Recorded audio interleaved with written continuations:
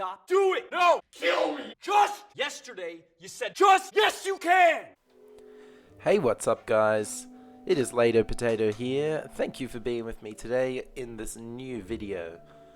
Today we're going to be doing a different type of video. I haven't really done this kind of video before. We're not going to be having face cam, but the footage you're going to be seeing in the background is footage of Recon Wildlands, and we're going to kick off the video by going through a little bit of information about the game, which will overlap the video footage of the gameplay. So, I've just been playing this game in the open beta the last few days, and it's been really awesome. So we're just going to go through a little bit of information, why this game is so great, why I'm so excited for it, and why you guys might want to play it. So, the game itself takes place in Bolivia, set in 2019. The country has become increasingly unstable as the Santa Blanca, a previously minor Mexican drug cartel, gains more power and influence within the country to the point where Bolivia has become a narco state and the world's largest producer of cocaine. So the rise in power of this drug cartel concerns the United States government as always, and Santa Blanca's influence has begun to spread beyond Bolivia. So the last straw comes when a bomb targets the US Embassy in La Paz, and its intended target, DEA agent Ricardo Ricky Sandoval, is kidnapped, tortured, and then killed by the Santa Blanca. As a result, the United States initiates Operation Kingslayer, a joint operation between the CIA, DEA, and JSOC. So that's pretty much us. So we are playing Kingslayer. That's what's happening in the background right now. We're playing some side missions. This is multiplayer online with Pablo, a friend I usually do gameplays with. So in the intro cinematic, which hasn't been featured in this game, but I will be featuring it when we actually begin real gameplay, not beta. In the intro cinematic, the United States Army dispatches our crew, an elite fire team of Special Operations Unit called the Ghosts, to destroy the cartel and reveal the connection between Santa Blanca and the local government. So the Ghosts are brought into Bolivia by helicopter, and that's when we meet the CIA contact, Karen Bowman, and she sort of talks to you throughout the game so far. Throughout most missions we've been in talks with her. Then when we land in the province of Itacua, which is like what we're playing now, we meet Pat Qatari, and he's the leader of a group called Qatari's 26, and the only resistance against Santa Blanca is them.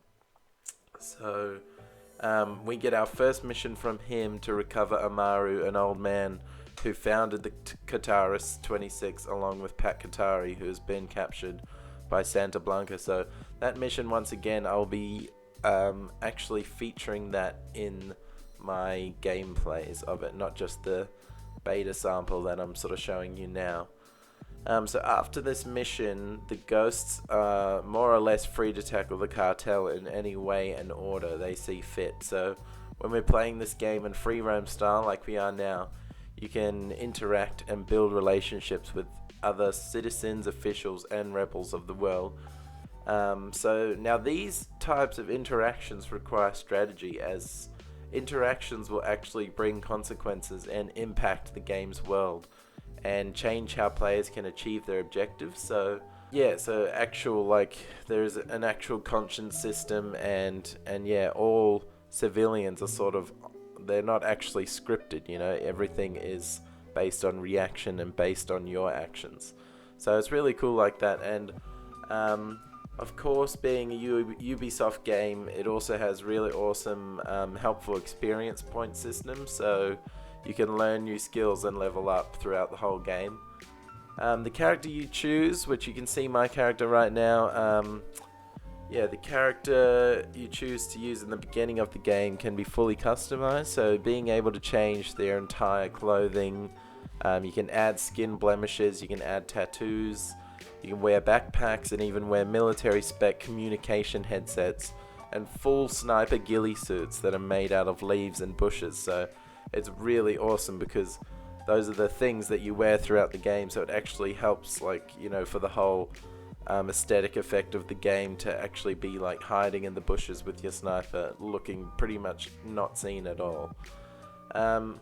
So after taking out enemies, you can find loot found. You can equip all of these like found loots, like all of these lootable items can be equipped, as well as unlocking things throughout the game. All of your weapons and gear can also be fully upgraded as well and customized. You can change the whole paint scheme of your weapons. You can change individual parts like the muzzle, the stock. Yeah, so, and according to the creative director of the game, the AI, they will actually be fully unscripted. So this means that the non-playable characters in the games, they'll have their own motivations and agendas. So it's anyone's guess really, and there's not going to be anything expected. So during the missions you play in this game, you'll lead a team of 4 ghosts who are the absolute best of the US military. With this style of gameplay, you can play either solo or with up to 3 of your friends online who can join you at any point in the game. So that's what me and Pablo are doing at the moment. So it's so easy. I just send him an invite in the lobby in the start system, and it's seamless connectivity basically. So you can engage all your military missions in whatever order and manner suits you. So we can do stealth, distraction, tactical, or frontal assault. They'll always remain possible for any mission you do pretty much.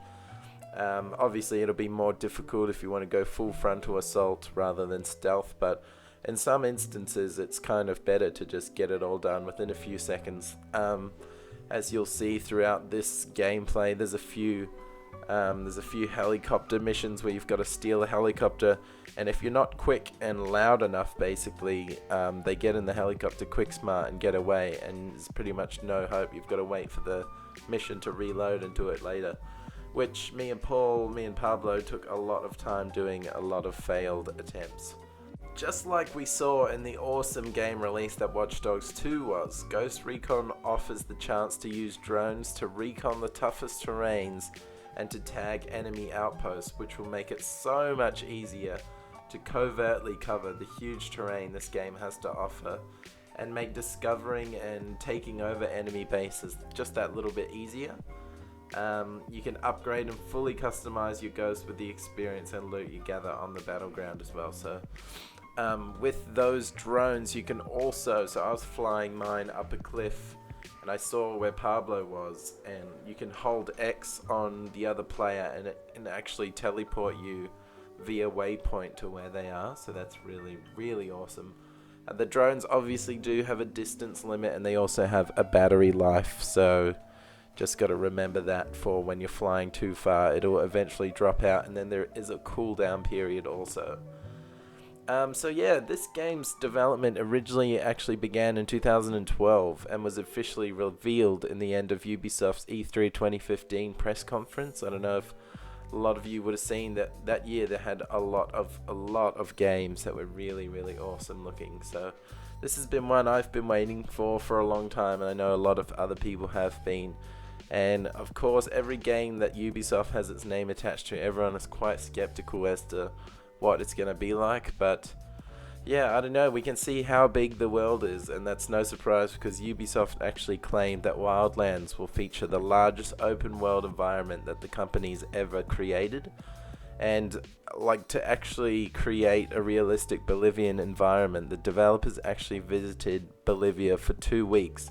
And to add to the depth of the story, Ubisoft actually brought in a range of celebrity writers to co-author the game's storyline. So yeah, they asked for consultation from local Bolivians for information and stuff about Bolivian life. So I don't know, all of those things put together, everything we've talked about so far, to me it sounds like it's going to be awesome. The beta was probably the best beta experience I've ever had. I don't know, I played in the last few days of it, but there was hardly anything that I noticed, and the game's only sort of 2 weeks away from its main release, so I can't see there being any problems on, day one and throughout the whole launch of the game like there has been with other things. And I know even Battlefield 1 had its issues when it opened up their servers for the first time. So, I don't know, surely it could happen. There's obviously not as many people on the beta as there will be when the game's released, but anyway, this has been a bit of a different style video. Let me know in the comments if you liked it. Give the video a like if you liked it. If you didn't like it, I would also request that you just like the video, because that'll just make me feel good. So, yeah guys, obviously in a couple of weeks I'll be starting the gameplay of this game, which I'm so stoked for. And just keep an eye out for my other content, because there will be some new videos coming in a few days also. So, my name's Later Potato, as you would know. Thank you for being here. Hit subscribe if you have not subscribed yet. And I'll see you next vid. Thank you, guys.